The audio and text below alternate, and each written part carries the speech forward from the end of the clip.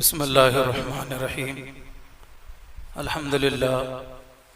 अल्हम्दुलिल्लाह कफ़ा व सलामुन अला इबादिहिल्लज़ीना इस्तफ़ा। अम्मा बाद फ़अऊज़ु बिल्लाहि मिनश्शैतानिर्रजीम। बिस्मिल्लाहिर्रहमानिर्रहीम।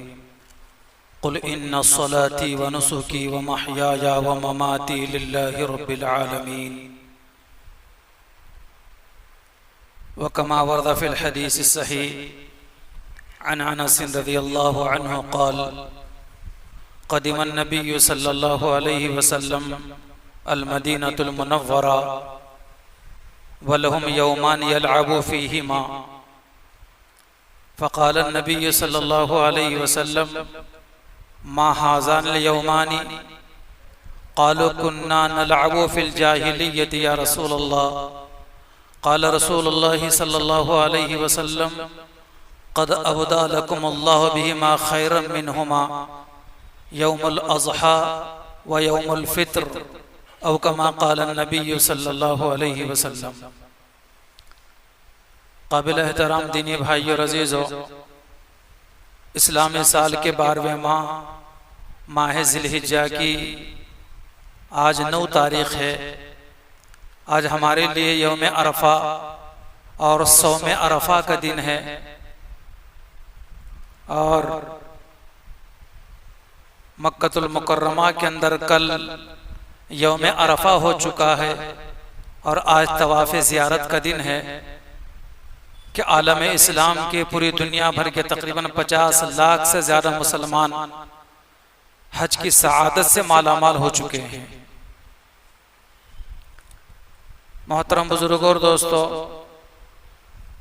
हमारे मुल्क से भी तकरीबन 1,22,518 लोग इस साल 2025 में हज को गए हुए हैं और हमारे शहर और हमारे ज़िले भर से भी तकरीबन 800 लोग गए हुए हैं।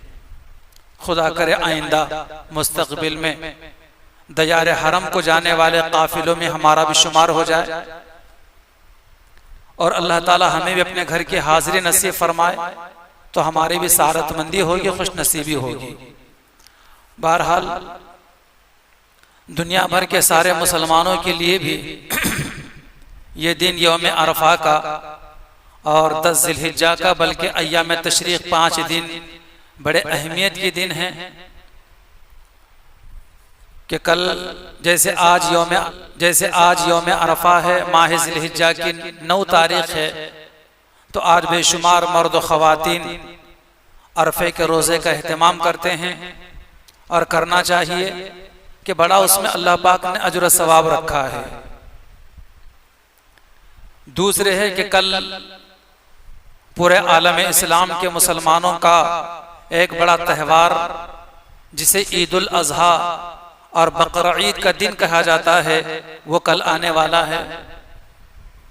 हज़रत अनस रज़ियल्लाहु ताला अन्हु की रिवायत है, वो कहते हैं कि जब हुजूर सल्लल्लाहु अलैहि वसल्लम हिजरत करके मदीने मुनव्वरा तशरीफ़ लाए तो वहाँ के लोग, मदीने मुनव्वरा के लोग साल में 2 मरतबा शहर के बाहर निकलकर खेलकूद किया करते थे। जब हुजूर वहाँ तशरीफ़ ले गए मदीने मुनव्वरा मक्के से हिजरत करके, उन लोगों को देखा कि साल में 2 मरतबा शहर से बाहर निकलते हैं, खेल कूद करते हैं। तो हुजूर ने उनसे पूछा कि ये कैसे दिन है, कौन से दिन है, तुम क्या हरकतें करते हो उसके अंदर। तो लोगों ने जवाब दिया था कि ये 2 दिन हमारे खेलकूद के दिन, इसमें हम खेलकूद करते हैं। गोया कि सैर व तफरीह के दिन थे वो। पैगम्बर इस्लाम सल्लल्लाहु अलैहि वसल्लम फरमाया कि क़द अबदा लकुमुल्लाहु बिहिमा खैरम मिनहुमा यौमुल अज़हा व यौमुल फ़ित्र। अल्लाह के नबी सल्लल्लाहु अलैहि वसल्लम ने मदीने के लोगों से कहा कि लोगों, जिन 2 दिनों में तुम मदीने शहर से बाहर निकलकर खेलकूद किया करते थे, सैर व तफरीह किया करते थे, उन 2 दिनों के बदले में अल्लाह ताला तुमको 2 उससे बेहतरीन दिन अता फरमाए हैं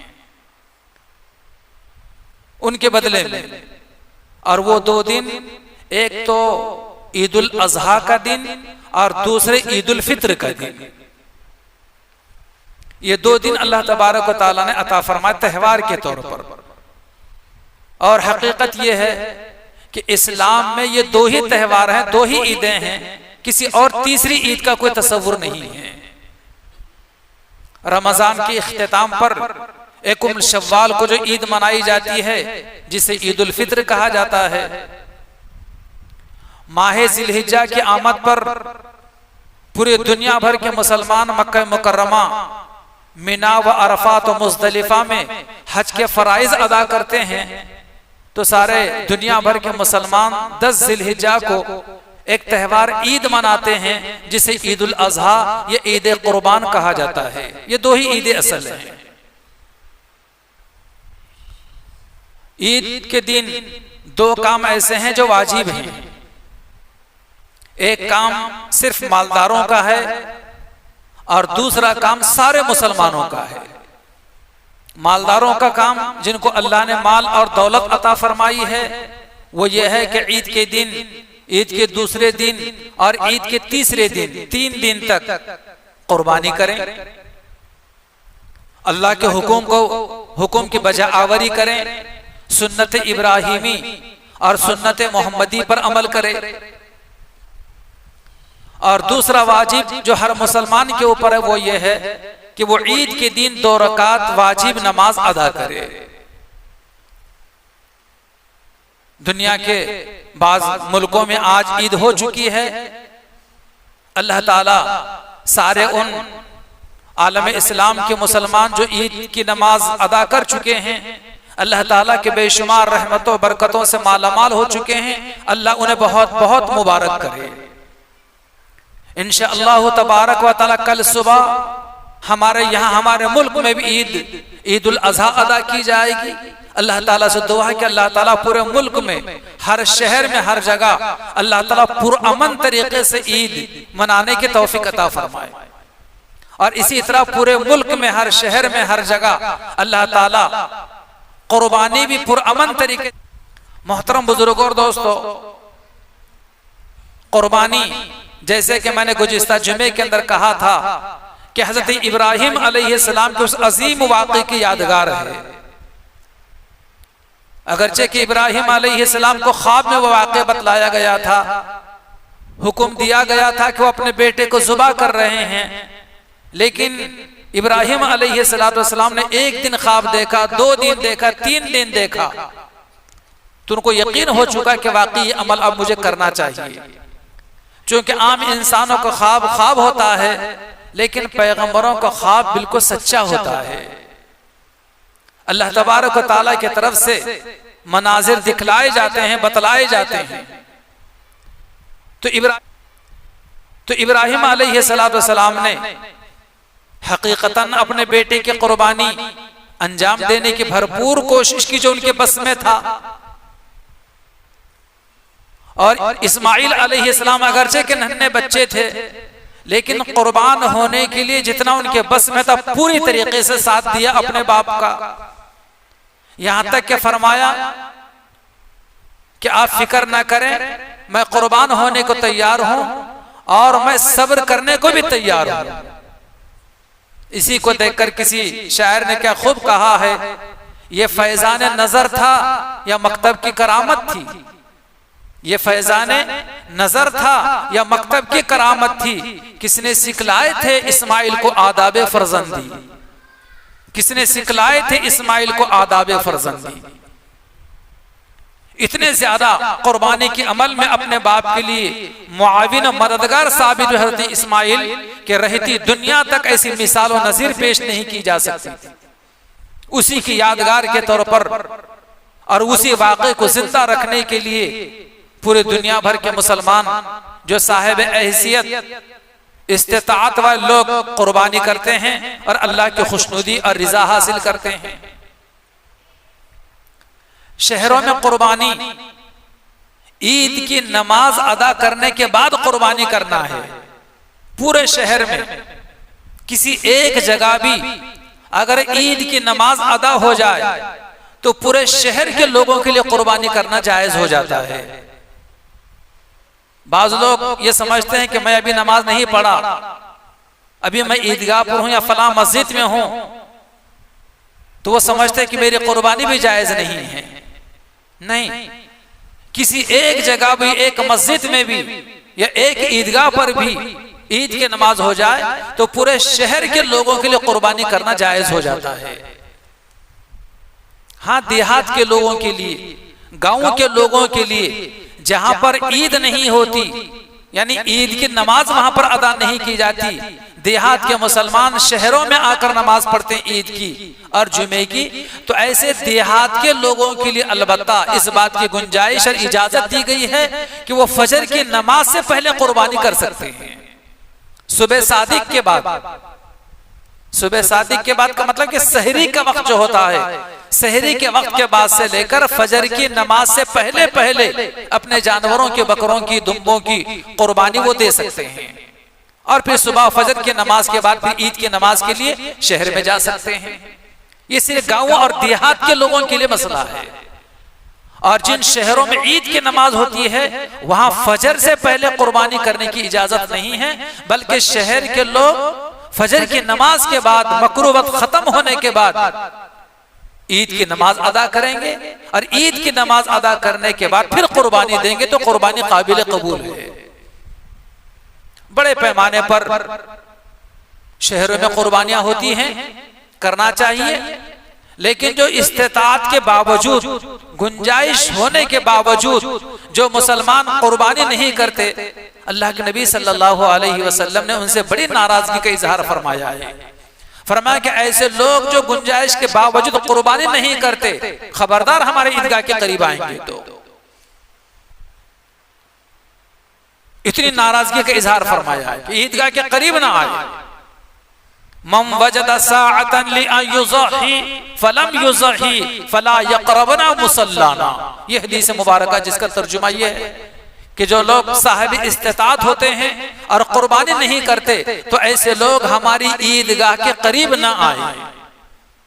कितनी सख्त वार्निंग है, गोया कि पैगंबर अलैहिस्सलातु वस्सलाम की तरफ से नाराजगी का इजहार है।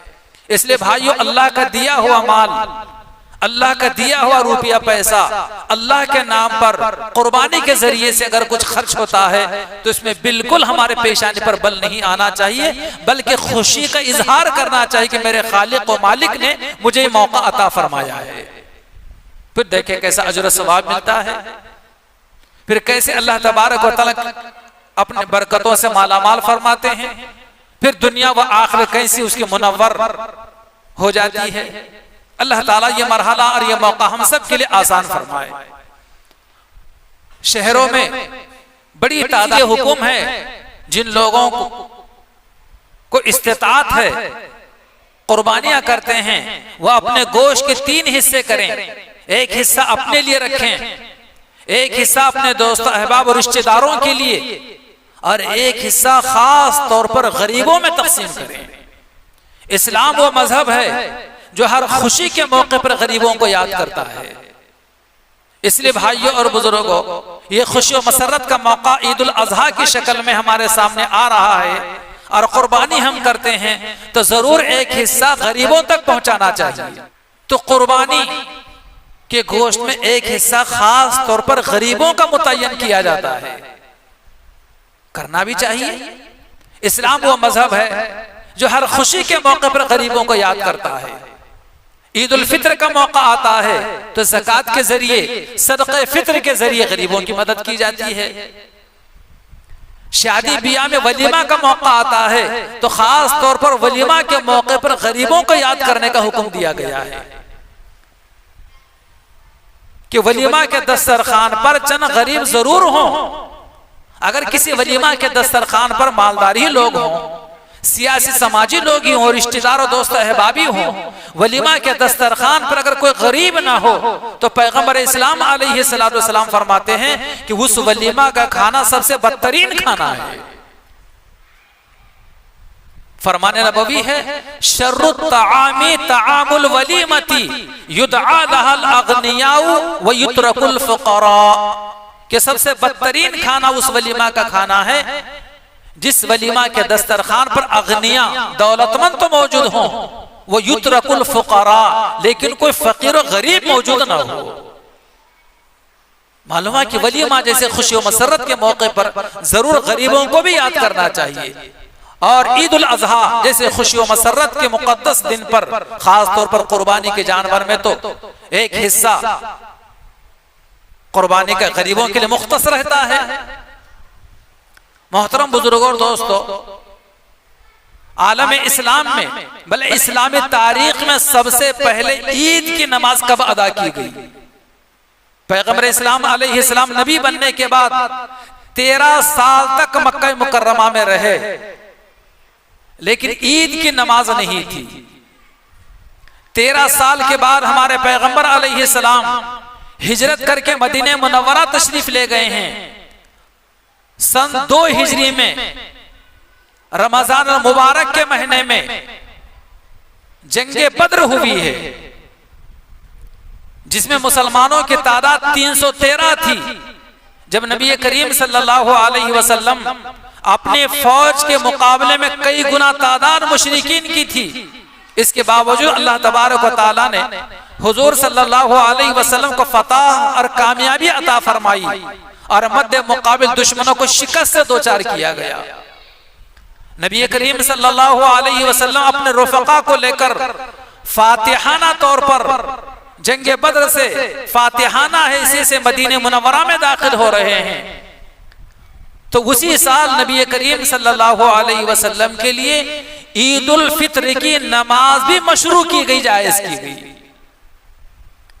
और फिर ईद उल फित्र की नमाज की अदायगी के बिल्कुल 70 दिन के बाद अल्लाह तबारक व तआला ने नबी करीम सल्लल्लाहु अलैहि वसल्लम के लिए ये ईद उल अजहा की नमाज भी मशरू की गई। सन 2 हिजरी से उस वक्त से लेकर आज तक ईद की नमाज पूरी दुनिया भर के मुसलमान साल में 2 मरतबा अदा करते हैं। इंशाअल्लाह क़यामत तक अदा करते रहेंगे। अगरचे कि बहुत सारे मुसलमान पंज वक्ता फर्ज नमाज की अदायगी का उतना एहतमाम नहीं करते, लेकिन हर मुसलमान ये चाहता है कि ईद की नमाज मेरी न छूटे। कोशिश करते हैं मस्जिद में पढ़ो तो मस्जिदें भर जाती हैं, ईदगाहें भर जाती हैं। 95% मुसलमान ईद की नमाज अदा करते हैं, 95%। और पंज वक्ता नमाज मुसलमान 5% से लेकर सिर्फ 10% नमाज पंज वक्ता नमाज अदा करते हैं। इतनी कम तादाद है। यहूदियों के बड़े माहिरीन का कहना यह है,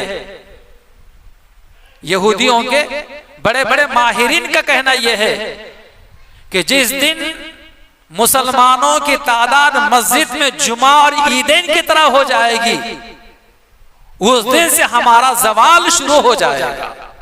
खुदा करे वो दिन हमारे आंखों के सामने आ जाए और जुमा और ईदैन की तरीके से हमारे मस्जिद में मंजर पेश करने लग जाएं, तो यकीन फतह हमारी होगी, मुस्तकबिल हमारा होगा और उन लोगों की गोया की तारीख होगी, शिकस्त होगी, जवाल उनका शुरू हो जाएगा। बहरहाल मोहतरम बुजुर्गों और दोस्तों, ईद के दिन फजर की नमाज जमात के साथ अदा करनी चाहिए और ईद के दिन फजर की नमाज के बाद से लेकर ईद के नमाज के दरमियान कोई नमाज नहीं है। और ईद के नमाज के बाद भी कोई नमाज नहीं है।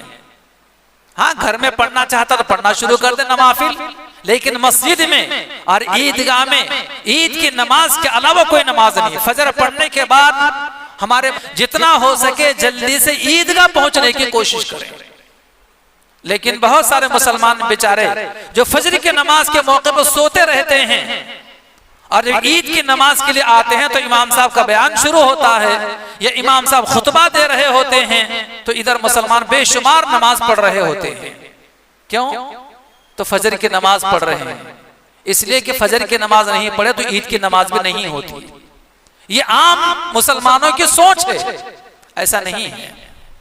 हाँ, फजर की नमाज जरूर पढ़नी चाहिए और ईद के दिन खास तौर पर पढ़नी चाहिए, लेकिन अगर किसी मुसलमान की फजर की नमाज अदा नहीं हुई, उठ नहीं सका और ईद की नमाज पढ़ लेता है तो ईद की नमाज उसकी हो जाती है।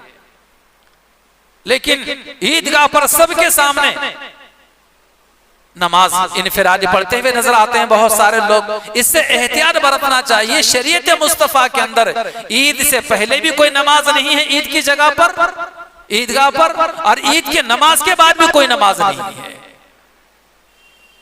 इसका खास तौर पर एहतमाम करना चाहिए। मोहतरम बुजुर्गों और दोस्तों, नबी करीम सल्लल्लाहु अलैहि वसल्लम ने ईद और ईद कुर्बान के ताल्लुक से बड़ी अहम हिदायत बयान फरमाई है। मुसलमानों को चाहिए कि उनका जरूर उन चीजों को मलहूज रखा करें। एक तो यह है कि जो जानवर हमारे घर में जुबा हो रहा हो कुर्बानी का, जैसे बकरा है, तो जुबा करते वक्त जुबा करने वाले हमारे कसाब भाई और कुरैशी भाई बड़ी उजलत करते हैं। खाल उतारने में, चमड़ी उतारने में बड़ी उजलत करते हैं, जल्दी करते हैं। लेकिन उनको रोका जाए, आपका मुआवजा आपको मिल जाएगा, लेकिन 2 से 3 मिनट रुक जाइए। और जब जानवर जुबा हो जाए तो हलाल जानवर में भी 7 चीजें हराम हैं। हलाल जानवर में भी 7 चीजें हराम हैं जिनको अल्लाह के नबी ने पसंद नहीं किया खाना। हम भी उसी नबी के उम्मती हैं, हम भी हरगिज उन चीजों को न खाएं। एक तो यह है कि जानवर को जुबा करने के पहली चीज खून निकलता है, तो बहता खून हराम है, खून इस्तेमाल न किया जाए। इसी तरीके से उस जानवर के अंदर कड़वा पानी का एक ज़र्फ होता है जिसे पित्ता कहा जाता है, वो भी हराम है, उससे भी एहतियात की जाए, वो इस्तेमाल में न लाया जाए।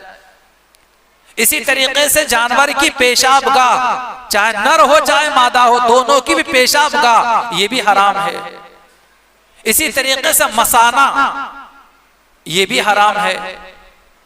और एक है कि गुदूद, हराम मग़ज़ भी जिसे कहा जाता है, यानी गर्दन से लेकर 2 सींगों के पास से लेकर पीठ में से दुम तक रीढ़ की हड्डी के अंदर एक सफेद धागा होता है, तो वो भी नहीं खाना चाहिए, उसको भी हराम किया गया है। इसी तरीके से कपूरे जिसे खुसियतैन कहा जाता है नर के, वो भी इस्तेमाल में नहीं लाना चाहिए। ये 7 आज़ा, ये 7 चीजें हैं जिसको जानवर से अलहदा करने के लिए उस कुरैशी को, कसाब को कहना चाहिए कि ये चीजें गोश्त में शामिल न किए जाएं। इसलिए कि ये जहां पर गोश्त बेचते हैं वहां पर ये चीजें खास तौर पर खाने वाले मांग कर ले जाते हैं। हमें खुश रहते हैं, कपूरे चाहिए, खून चाहिए, हमको हर चीज वहां से लेते हैं, शौक से तल भून कर वो लोग खाते हैं। चले खाने वाले खाते होंगे, नाजायज खाते हैं, लेकिन बहैसियत मुसलमान के हमारे लिए साल के 12 महीने भी और खास तौर पर कुर्बानी के जानवर में भी ये चीजें हराम हैं, नहीं खाना चाहिए। मोहतरम बुजुर्गों दोस्तों, कुर्बानी ये हो रही है तो अभी बल्दिया की जानिब से भी पर्ची आई हुई है कि हमारी कुर्बानी दूसरों के लिए तकलीफ का बाइस नहीं होना चाहिए। सफाई का खास लिहाज रखना चाहिए। चाहे आप कहीं भी कुर्बानी कर रहे हो, हमारा बकरा जुबा हो रहा है, हमारा दुम्बा जुबा हो रहा है, जो भी गिलाजत उसमें से निकलेगी उसकी साफ सफाई में भी अल्लाह ने अजर सवाब रखा है। दूसरों के घर के सामने डाल देंगे, बाजू में किसी खुला प्लाट है तो वहां ले जाकर डाल दिए, बदबू फूटती है, उससे जरासीम फैलते हैं, वबाई बीमारियां होती हैं, उसके जरिए से बच्चे खेलते हैं, ज़ईफ लोग बहुत जल्दी वबाई चीजों से मुतासिर होते हैं। तो ऐसी हरकत ना की जाए, पानी का ज्यादा से ज्यादा इस्तेमाल किया जाए, गंदगी बहा दी जाए, और जो कुछ गिलाजत निकलती है वो गिलाजत दूसरों के घरों के सामने डालने के बजाय या अपने ही घर के सामने डालने के बजाय कहीं दूर ऐसे ले जाकर जगह पर ले जाकर डाल दें कि जिसके वजह से किसी को तकलीफ ना हो, वो गंदगी वहां पर सड़ जाए, खत्म हो जाए। इस्लाम वो मजहब है जो अपने मानने वालों को पाकी सफाई की तालीम देता है। तनज़्ज़फ़ू फ़इन्नल इस्लाम नज़ीफ़ुन, कि लोगों साफ सुथरे रहो, इसलिए कि इस्लाम साफ सुथरा मजहब है। उस मजहब के मानने वाले कैसे गंदे रह सकते हैं और कैसे गंदे की गिलाजत आम कर सकते हैं। इसलिए कुर्बानी करने वाले अहबाब को चाहिए कि इसको भी मलहूज रखें और अपने जानवर की गंदगी चाहे कचरे और गोबर की शक्ल में हो, उस मजहब के मानने वाले कैसे गंदे रह सकते हैं और कैसे गंदे की गिलाजत आम कर सकते हैं। इसलिए कुर्बानी करने वाले अहबाब को चाहिए कि इसको भी मलहूज रखें। खास तौर पर बल्दिया की जानिब से भी इसकी हिदायत की गई है कि सफाई सुथराई का खास एहतमाम किया जाए, ताकि इन दिनों में गिलाजत की वजह से कोई वबाई बीमारियां बच्चों और ज़ईफ लोगों में आम न होने पाए। भाइयों, कल हमारी ईद है और ईद उल अजहा है। ईद उल अजहा के दिन भी अगर मसनून चीजों को मलहूज रखा जाए तो सही माना कर ईद ईद होती है। अल्लाह तबारक व तआला की जानिब से रहमतें मुतवज्जह होती हैं, फिर जो दुआएं मांगी जाए वो कबूल भी हो जाती हैं। ईद के दिन 13 चीजें मुसलमानों के लिए सुन्नत हैं। मुसलमानों को चाहिए कि उनको मलहूज रखें। ईद के दिन जितना हो सके जल्दी से अपने नींद से बेदार हो जाए, और ईद की रात जो होती है, अभी जो रात आने वाली है, मगरिब की अजान से जो रात शुरू हो जाएगी, ये भी बड़ी फजीलत की रात है, इबादत की रात है, जागने की रात है, दुआओं की कबूलियत की यह रात है। आमतौर पर बाजार में फिरने की रास्ते में, बाजार में यहां से वहां खरीदी के लिए फिरते रहते हैं, ठीक है, अपने जरूरत से फारिग होकर जल्दी से घर आ जाएं और ईद की रात में कुछ ना कुछ इबादत कर लें, दुआएं कर लें, सलात व तस्बीह की नमाज पढ़ लें, अपने रब से राज व नियाज की गुफ्तगू करें और सो जाएं। और सुबह जितना हो सके जल्दी से नींद से बेदार हो जाएं, और नींद से बेदार होने के बाद फजर की नमाज मस्जिद में जमात के साथ अदा करें, और फजर की नमाज के बाद जल्दी से फिर ईद की तैयारी शुरू कर दें। ईद की नमाज की तैयारी शुरू कर दें। ये नहीं कि 8 बजे अगर ईद की नमाज का ऐलान है तो हम 7:30 बजे नहाने के लिए हम्माम में जा रहे हैं, नहीं। ईदगाह पर जितना हो सके जल्दी से जल्दी पहुंचने की कोशिश करें, ये सवाब है।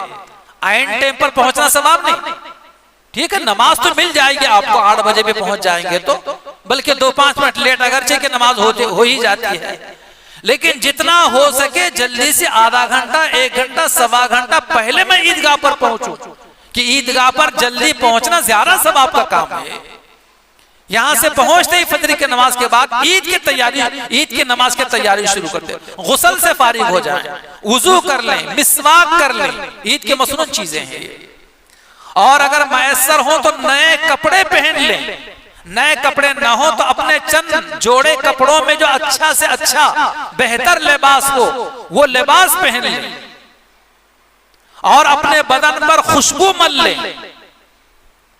खुशबू मलने के बाद एक रास्ते से ईदगाह को जाएं और दूसरे रास्ते से वापस आएं, और जब ईदगाह को जाएं तो तकबीर तशरीक बाआवाज़ बुलंद कहते हुए जाएं, अल्लाहु अकबर, अल्लाहु अकबर, अल्लाहु अकबर, अल्लाहु अकबर, ला इलाहा इल्लल्लाहु, अल्लाहु अकबर, अल्लाहु अकबर वलिल्लाहिल हम्द, ये पढ़ते हुए जाएं। ईद उल फितर के मौके पर आहिस्ता पढ़ने का हुक्म है, और ईद उल अजहा बकर ईद के मौके पर किसी कदर जोर से पढ़ते जाने का हुक्म है। जिस रास्ते से जाएं रास्ता बदल कर वापिस आएं, ताकि ये दोनों के दोनों रास्ते क़यामत के दिन हमारे हक में गवाही दे सके अल्लाह के बारगाह में। परवरदिगार, आपकी बड़ाई बयान करने के लिए, आपकी बंदगी व इबादत के लिए मुझ पर चलकर यह बंदा गया था, ताकि दूसरा रास्ता भी कह सके बारी ताला ये बंदा आपकी बंदगी अदा करके, आपकी इबादत करके और आपके बारगाह में राज़ो नियाज की गुफ्तगू करके, दुआएं मांगकर मुझ पर चलते ही वापस आया था। ये दोनों रास्ते क़यामत की गवाही देंगे। और ईद कुर्बान के दिन एक अच्छा मौका होता है अपने इख्तलाफात को खत्म करने का, दुश्मनियों को खत्म करने का, नाराजगियों को खत्म करने का। अगरचे कि ईद के दिन गले मिलना कोई वाजिब, कोई फर्ज, कोई सुन्नत नहीं है, लेकिन मिला जाता है, लोग खुशी का इजहार करते हैं, कोई बुरी बात नहीं है। ऐसे मौका हर किसी से मुलाकात अगर कर ली जाए, खास तौर पर उन लोगों से जिनकी हमारी कभी आनबन हो गई हो, ना इत्तेफाकी हो गई हो, कभी लड़ाई झगड़ा हो गया हो, तो ईद के बहाने से अपने इख्तिलाफात को खत्म करने का बेहतरीन मौका होता है। तो ये चंद बातें ईद कुर्बान के ताल्लुक से और ईद उल अजहा के ताल्लुक से मैंने बातें अर्ज कर दी हैं। अल्लाह ताला से दुआ है कि अल्लाह ताला हमें अमल की तौफीक अता फरमाए। और अल्लाह ताला की बारगाह में दुआ है कि अल्लाह ताला पूरे आलम इस्लाम के मुसलमानों को, बिलखुसूस हमारे मुल्क के मुसलमानों को कल पुरअमन तरीके से ईद की नमाज भी अदा करने की तौफीक अता फरमाए और कुर्बानी भी करने की तौफीक अता फरमाए। आमीन व आखिर दावाना अनिल हम्दुलिल्लाहि रब्बिल आलमीन।